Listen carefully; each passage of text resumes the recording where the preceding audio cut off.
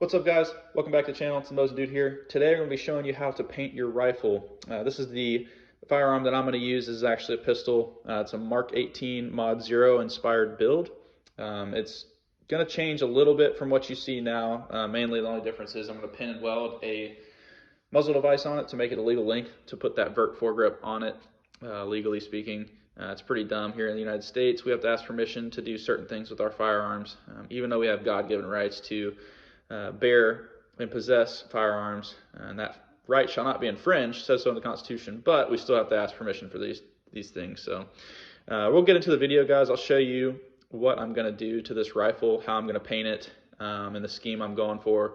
It's mainly going to be, if you see the rear side up there, it's going to be kind of like a beige tan base color, and then I'm going to go back with some brown accents to kind of get it to blend in a little more. So maybe it'll kind of match this box when it's all said and done. As you can see, I'm using one of my salty magazines here.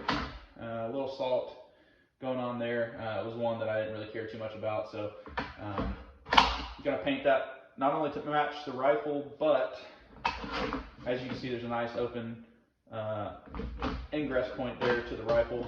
So I'm just going to leave that closed, and obviously I'm going to tape off some of the important stuff like the lenses, sights, and stuff like that with some painter's tape.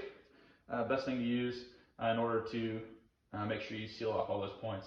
Otherwise, I may tape up the trigger and tape up the muzzle device, but other than that, I'm going to leave it just as is. It's a very closed system, the AR-15 is, so it's not super necessary to tape up every single part. And besides, that's going to mess up the camouflage that we're going for. So I'm going to get the rifle taped up here and get back to you guys. Alright, so as you can see, we have it taped off in the places I was talking about. The muzzle device is taped off, the iron sights and the lenses on the hollow sun, and then I also taped the trigger. The trigger is not super necessary. It's more so just the gritty feeling that you may not want on the trigger. It's better just to not impede that if at all possible. Some of you may ask why the muzzle device. This is just an A2 bird cage flash hider, but you don't want to get paint in there because if you get paint on the crown or anything like that, it can actually affect the bullet itself, the way the bullet flies.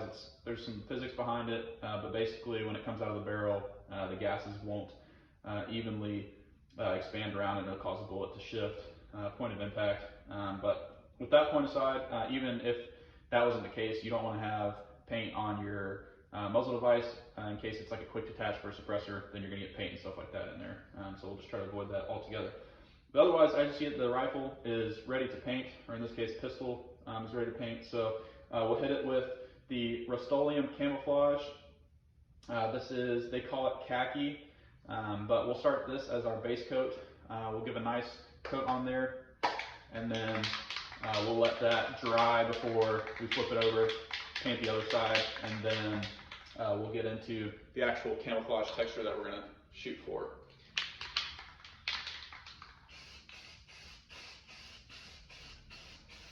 So you want to give broad strokes. You don't want to sit in one place.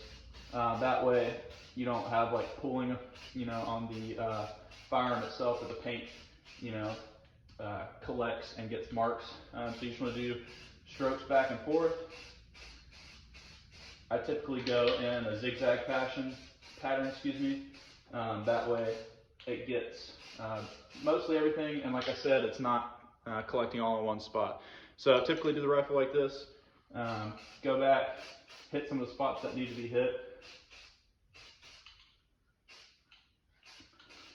And I do short bursts as well, because if you sit there and hold it in one spot, like I said, you'll have that pooling of paint, and it'll leave spots that are undesirable. So as you can see, the strap in the back doesn't like it too much. It doesn't really collect the paint. Not necessarily a huge issue, just something to be cognizant of. So I'm going to let this dry. We'll flip it over and hit the other side. All right, so I gave it a couple minutes in front of the fan. It's dry to the touch, so we'll go ahead, flip it over to the other side, paint that, and then we'll get to the patterning section. So one thing I forgot to mention is you don't want to be close to the rifle either. I mentioned going in like a pattern stroke. You don't want to be close. You want to be far enough away, again, to help avoid that pooling. So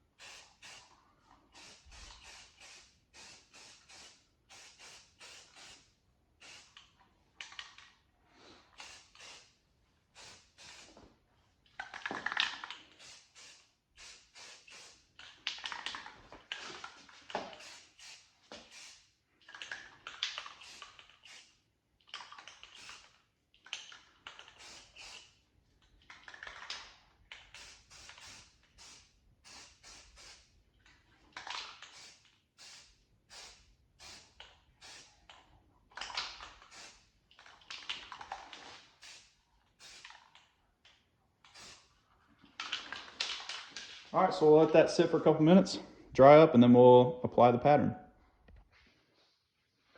All right, so the firearm is dry with the base coat. There's no need really to put multiple coats on it. One coat's plenty enough. As you can see here, this is just one coat. I went through and touched up parts that I missed, rolled the rifle on its top side, painted the bottom spots that I missed from the initial two sides that I flipped it on, and got mostly everything good to go. So now it's time to apply the patterning. I'm going to be using some of this Krylon Fusion all-in-one. This is a matte coffee bean, is what they call it. This is like the closest thing I can find to a matte brown that Lowe's had to offer. So we're just going to use that. For the patterning, a lot of you may know what this is, my particular audience.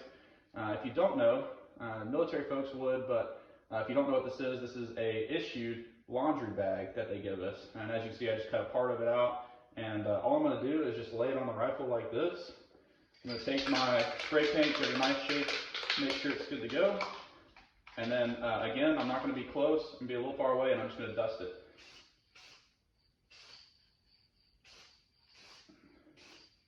Just give it some nice little patterning to it.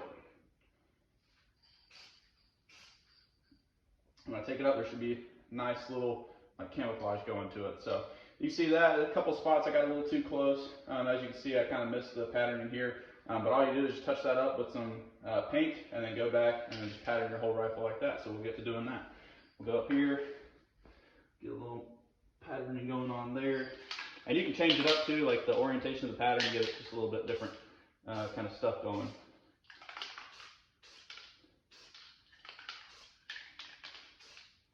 But the point of this is basically you just want to break up the outline of the firearm itself. So if somebody were to see your gun at a distance, it would kind of break it up a little bit and kind of just help it blend in a little bit more overall.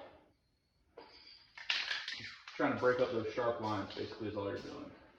Got a little heavy there, I can see it through. That's not too bad. Gives a nice little checkered pattern now.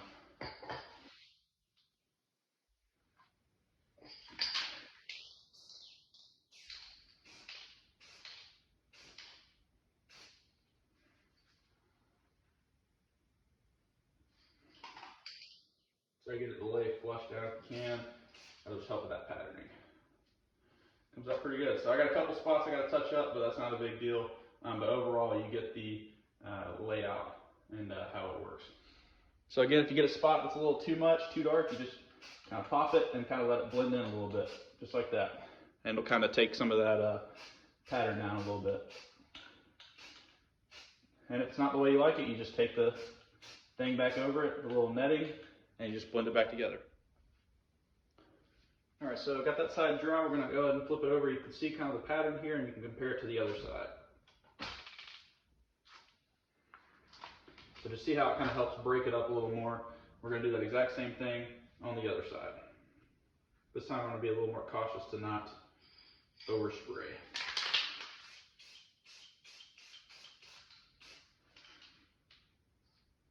See, that turned out pretty good. It's about the way I like it right there.